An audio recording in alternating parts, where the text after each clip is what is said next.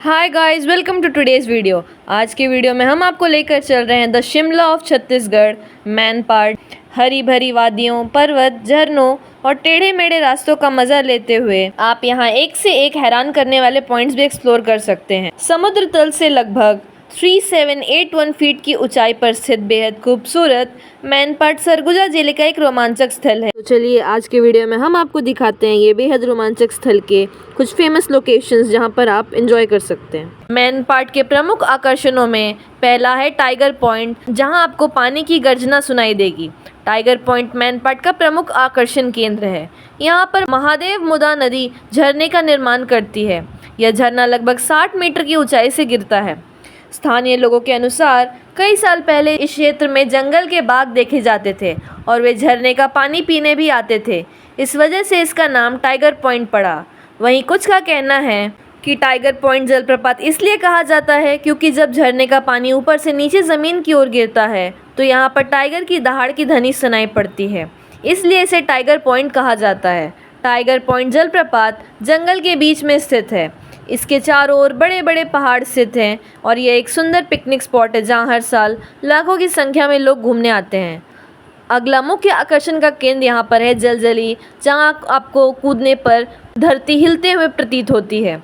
Man part के पास ही जलजली नाम का एक स्थान है। यहाँ लगभग 3 एकड़ ऐसी ज़मीन है जो काफ़ी नर्म है और इस पर कूदने पर ऐसा प्रतीत होता है मानो धरती हिल रही है। स्थानीय लोगों का मानना है कि कभी इस स्थान पर कोई जल स्रोत मौजूद रहा होगा और बाद में यह स्थान ऊपर से सूख गया, लेकिन अंदर ज़मीन दलदली रह गई, जिसके कारण ऐसा होता है। वहीं वैज्ञानिकों का कहना है कि पृथ्वी के आंतरिक दबाव और पोर स्पेस अर्थात खाली स्थान में सॉलिड के बजाय पानी भरे होने के कारण यह स्थान दलदली और स्पॉन्जी लगती है। जब भी कोई व्यक्ति उस स्थान पर कूदता है तो ज़मीन दब जाती है और फिर वापस अपने पुराने स्वरूप में आ जाती है। अगला डेस्टिनेशन है यहाँ पर उल्टा पानी, जहाँ पर आपको पानी ऊंचाई की तरफ बहती हुई दिखाई देगी। मैन पार्ट आने वाले सैलानियों के आकर्षण का एक कारण उल्टा पानी भी है। यह एक ऐसी जगह है जहाँ पानी का बहाव नीचे के बजाय ऊपर की ओर यानी ऊंचाई की तरफ है। इस स्थान पर अगर आप अपनी गाड़ी को न्यूट्रल में खड़े करते हैं तो अपने आप 110 मीटर तक पहाड़ी की ओर चली जाती है। वैज्ञानिकों का कहना है कि मैन पार्ट में मौजूद इस जगह में गुरुत्वाकर्षण बल से ज़्यादा प्रभावी मैग्नेटिक फील्ड है जो पानी या गाड़ी को ऊपर की तरफ खींचता है। बता दें कि भारत में ऐसी सिर्फ 5 और दुनिया भर में 64 जगह हैं। Next interesting point in man part is Apple garden man part. Man part के इस गार्डन में एप्पल के पौधे देखने के लिए मिलते हैं। इसके अलावा यहाँ पर आलू, नाशपाती, चेरी, स्ट्रॉबेरी, अमरूद, अनार आदि के पौधे लगाए गए हैं। इसके अलावा विभिन्न प्रकार के फूलों वाले पौधे भी यहाँ लगाए गए हैं। यहाँ पर आपको पेड़ पौधों से जुड़ी बहुत सारी जानकारी मिलती है। नेक्स्ट पॉइंट है fish point. Fish point man part की एक सुंदर जगह है। यहाँ पर आपको 2 वाटरफॉल देखने को मिलते हैं। दोनों वाटरफॉल का डायरेक्शन अलग अलग है। दोनों ही वाटरफॉल बहुत ऊंचाई से नीचे गिरते हैं और बहुत सुंदर लगते हैं। यहाँ विभिन्न प्रकार की मछलियाँ पाई जाती हैं और यहाँ नदी 80 मीटर की ऊंचाई से गिरती है। जलपरी वाटरफॉल। जलपरी वाटरफॉल मैन पार्ट का एक सुंदर सा जलप्रपात है जो छोटा है और एक कुंड पर गिरता है।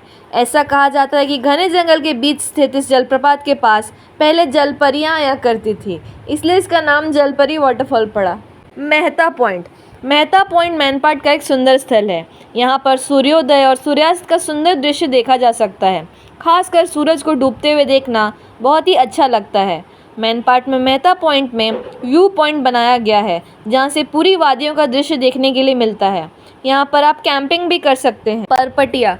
परपटिया पॉइंट मैन पार्ट से लगभग 25 किलोमीटर दूर है। मैन पार्ट के सबसे खूबसूरत स्थलों में से एक परपटिया की हरियाली और प्राकृतिक सुंदरता को कैमरे में कैद करने बड़ी संख्या में लोग पहुँचते हैं।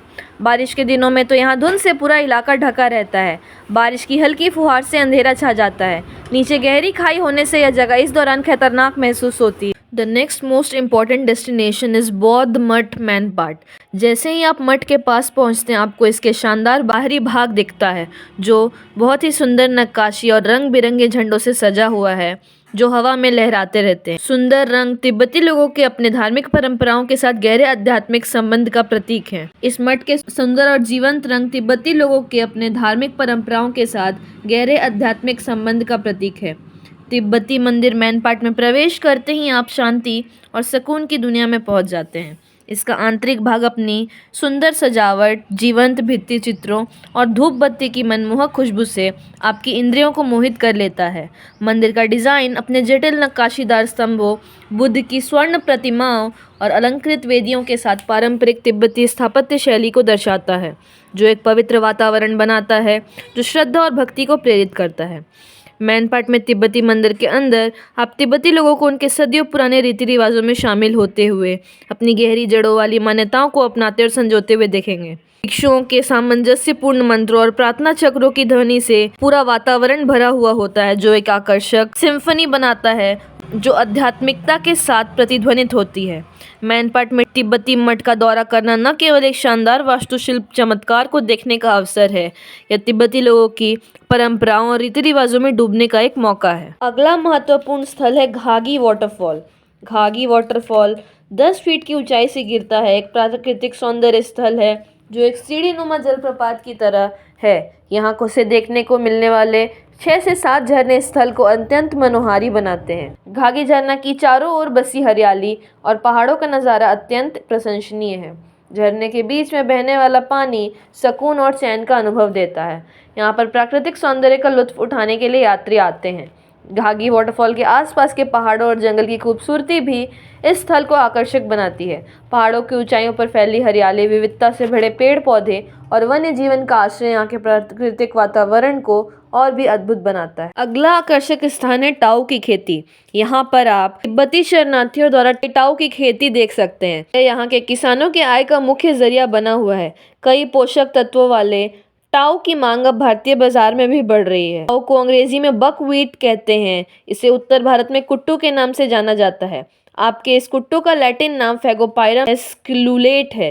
ये पॉलीगोनेसिए परिवार का पौधा है। बकव्हीट पौधे से प्राप्त फल छोटे चने के आकार के होते हैं। टाऊ का उपयोग गेहूं के आटे की तरह किया जाता है।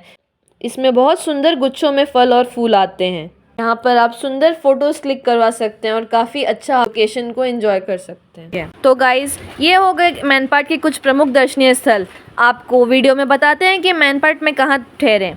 यहाँ ठहरने के कई सारे ऑप्शन आपको मिल जाएंगे, लेकिन यहाँ रहने के लिए सबसे मशहूर जगह टाइगर फॉल रिजॉर्ट है, जो पहाड़ों के बीच बनी एक सुंदर जगह है। इसके अलावा सैला टूरिस्ट रिसोर्ट और अन्य निजी होटल हैं। फ्रेंड, छत्तीसगढ़ की राजधानी रायपुर से मैनपाट की दूरी करीब 390 किलोमीटर है और यहाँ पहुँचने के लिए आपको रायपुर से अंबिकापुर आना होगा। अंबिकापुर जिला मुख्यालय पहुंचकर आप टैक्सी या बस से या अपनी गाड़ी से भी आप पहुंच सकते हैं।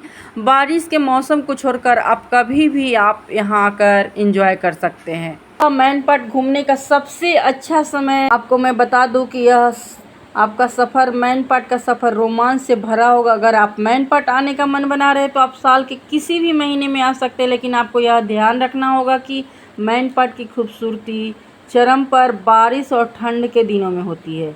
मेरे अनुसार अगर मैनपाट के वादियों का आप मज़ा लेना चाहते हैं तो बारिश या ठंड के मौसम में ज़रूर जाएं।